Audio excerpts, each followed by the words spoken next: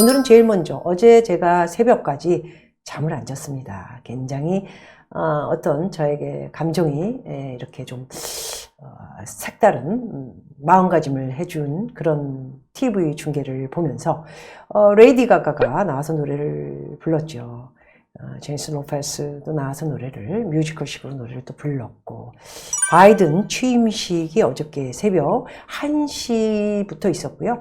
1시 정도에 이제 20분 정도에 들어오는 모습을 보면서 1시 50분에 취임사를 하는 모습을 보면서 다시 미국이 이제 새롭게 자유민주주의에 정립된 모습을 보여주고, 독선적이면서 자기 멋대로였던 이 정권을 펴나갔던 미국, 세계의 주목을 받고 있는 미국이 이제 어떻게 모습을 바꿀 것인가에 대해서 저도 관심이 많아서 어저께 2시 20분 정도까지 보고요.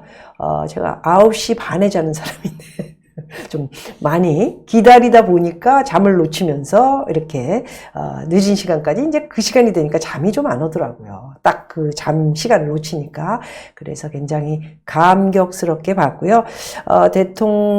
바이든 대통령이 이제 백악관으로 들어가기 전에 취임사에 물론 이제 이렇게 내용을 썼기는 했겠지만 연설문을 보시지 않고 20분을 넘게 그냥 미국을 향해서, 세계를 향해서 얘기하는 모습을 보면서 정말 그 내용이 굉장히 교육적이고 그리고 제대로 미국의 역사에 가장 많은 대통령의 이름을 부르면서 다시 우리는 태어나야 되고 단합해야 되고 그리고 세계에 다시 보여주자, 이런 내용을 보면서 저게 감명 깊게 봤습니다.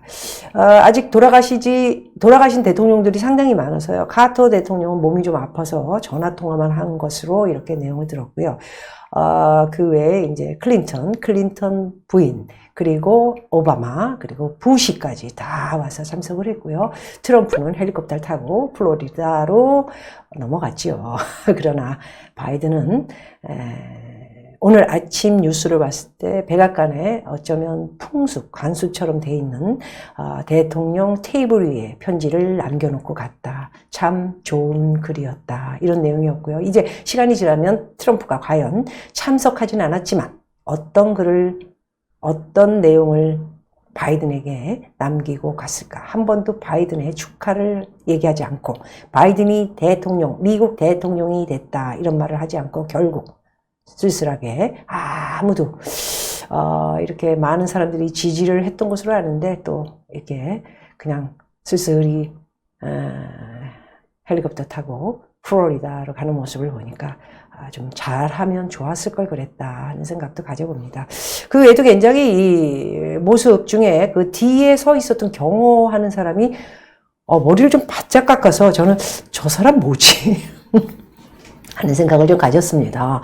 약간 노스 코리아 북한이죠. 예, 그런 냄새가 좀 나기도 했고요. 이렇게 스타일이 좀 딱딱하더라고요. 그래서 저 사람 뭐지? 누구한테 초청받아서 간 거지? 북한 사람이 앉아있나 했는데, 그 친구가 바로 경호 데이비드 조라고요.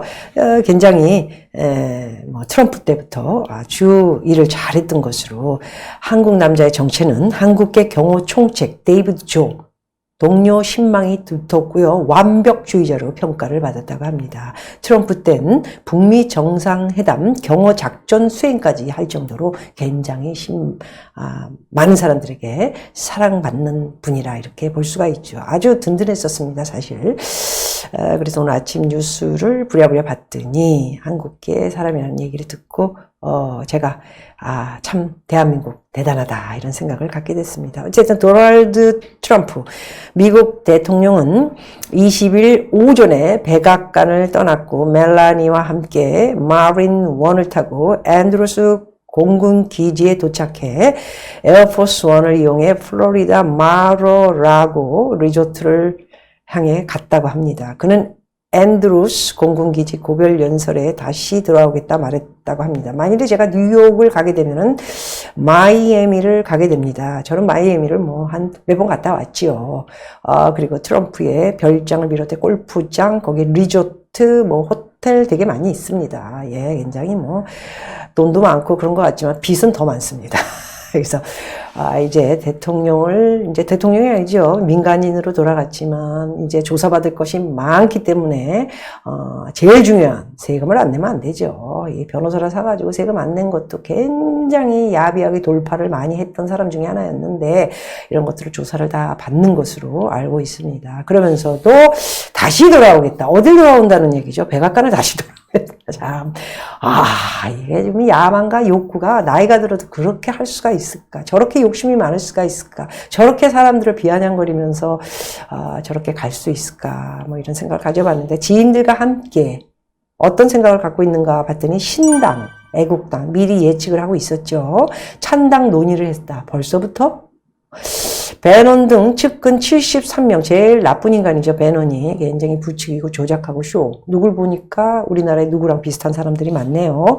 73명 사면됐고요. 마지막으로 대통령 권한으로 할 수 있는 사면을 다 해주고 갔네요. 70명은 감형 이렇게 해서 다 자기를 위해서 일했던 또는 굉장히 저희가 봐도 질이 안 좋은 사람들을 사면을 하고 떠난 것으로 보입니다. 어쨌든 또 이렇게 신당, 애국당, 찬당 논의 이런 얘기가 나오니까 씁쓸한 생각이 들면서 어쩌다 미국이 이렇게 됐나 하는 생각을 이 인간 하나 때문에 가져보고요. 이 유튜브들은 또 이제 뭐라고 얘기를 하나요? 굉장히 많은 유튜브들에서 트럼프가 재선을 한다 이렇게 얘기했던 사람들은 한마디로 여러분 좀 죄송합니다. 쪽이 팔리지 않았을까 하는데 아직도 여전히 이제 곧 다시 들어갈 것이다. 뭐 이런 말이 들린다고도 하고요.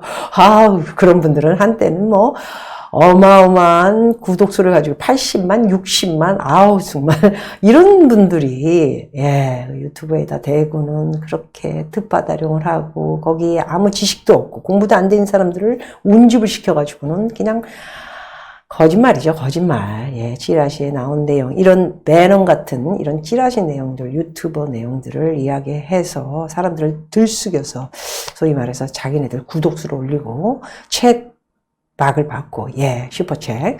그런 모습을 볼 때 정말 우리나라도 제일 빨리 이런 것들이 개선이 돼야 우리나라의 보수, 그리고 우파, 중도가 제대로 되지 않을까 하는 제 소신의 말씀을 한마디 드릴 수 있을 것 같습니다.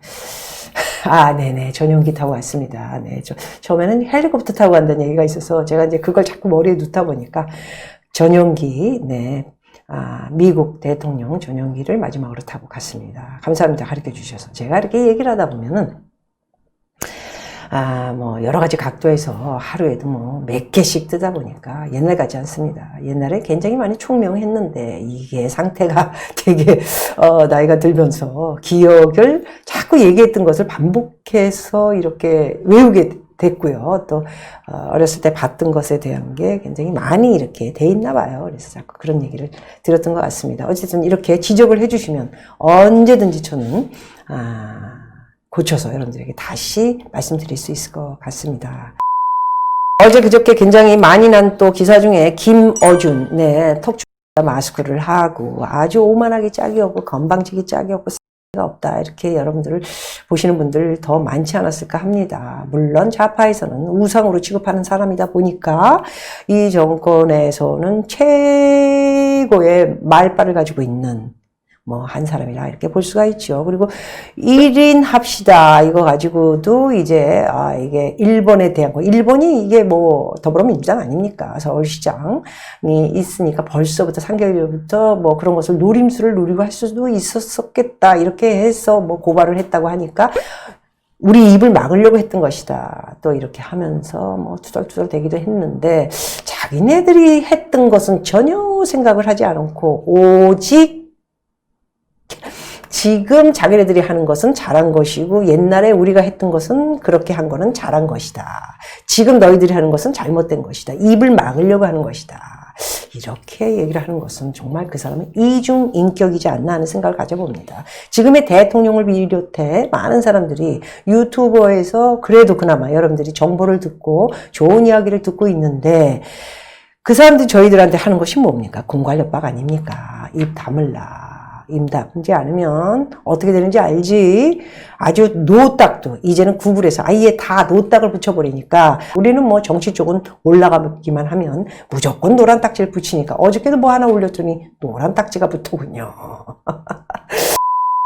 어쨌든 이 정권의 실세, 남에게는 지들이 마음대로 강요를 하면서 남이 뭐라고 하면 입을 막으려고 그러고 뭐 우리를 모략하려고 한다. 이런 식으로 또 빗대어서 이야기를 하는 이 인간을 어떻게 생각해야 될지 모르겠습니다. 왜 이 인간이 이렇게 많이 컸는지 모르겠습니다. 이게 무슨 이제는 연예인 같은 그런 사람이 돼가지고 많은 사람들의 뭐 이렇게 추종을 받으면서 지금 엄청 돈도 많이 벌고 있지 않습니까? 이 정권에 와서 최고의 실세죠. 사실 교통방송이 어쩌다가 저렇게. 그래도 제가 아는 것으로는 한번 말씀드렸지만은 정권이 바뀌어서 이렇게 보수 쪽에서 정권을 잡아도 TBS를 가서 보면은 꼭 대등하게 그래도 한 60대 40은 또 이렇게 좌파 정권 친구들이 MC도 보고 PD들도 있고 뭐 스태프들도 있고 이랬었네. 지금 완전히 100%다 이렇게 좌파들이 몰입을 해서 가면서 지네 마음대로 뭐 이중잣대를 거놓고 위선적인 행동을 하고 정치 얘기 남발을 하는데도 지네들은 잘못한 게 없고 입을 막으려고 하는 행동이다. 저렇게 실질적으로 맨날 앉아가지고 전화질하고 더러민전하고 통화하고 뭐 야당이 얘기하면은 뻥치지 마라 이런 얘기 하면서 뭐라고 한마디 하면은 입을 막으려고 그러는 것이다. 뭐 이런 식으로 이런 쇼 주작꾼들의 이야기를 계속 들어줘야 하나. 아직도 서울시장이 이번에 바뀐다면은 이제 몇 개월 안 남은 것 같아요. 다 싹쓸이를 해버려야 되지 않을까 하는 생각을 가져봅니다. 이번에야말로 진짜 지금 교통방송은 제대로 없애버리든가. 예, 정말 이런 말도 안 되는 거.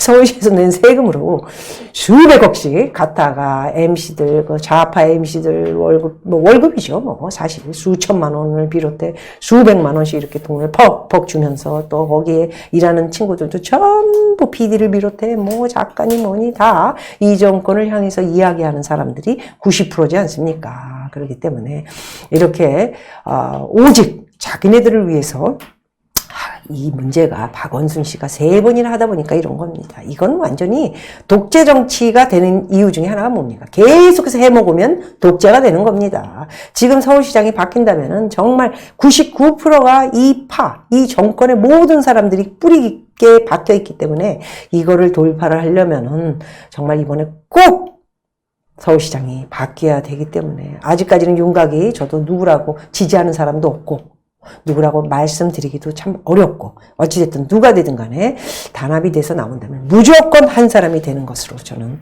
생각하고 있습니다. 누가 되든 간에 다 단합해서야 해야 여러분과 우리가 살 길이 이제 뚫린다 이렇게 말씀드릴 수 있을 것 같습니다. 네, 교통방송에서 정치방송하는 김어준이는 구속감. 그렇죠. 예, 이게 또 어떻게 나올지 모르겠지만 아우 박근혜 때도 그냥 머리를 늘어뜨리고 코스염 기르면서 뭐야 주진우야 뭐야 둘이 나와가지고 하는 그 꼬락서니 이 친구가 제가 얘기를 들어보니까 무슨 출판사 밑에서 낙곰수라는 걸 시작을 해가지고 이 지네파 지금 뭐 이 우리나라의 빨갱이를 비롯해서 무슨 뭐 이 정권의 빌부터 사는 좌파들이 되게 많지 않습니까? 이런 사람들을 위주로 원래 뭐 정확한 좌파도 아니었다는 얘기를 듣게 됐습니다, 사실. 그런데 먹고 사는 게 워낙 중요하기 때문에 돈 버는 데는 좌파가 최고죠. 저처럼 이렇게 떠들어봤자 돈도 안 되고 맨날 내 돈 쓰고 있는 이게 싫기 때문에 우파를 안 하는 겁니다.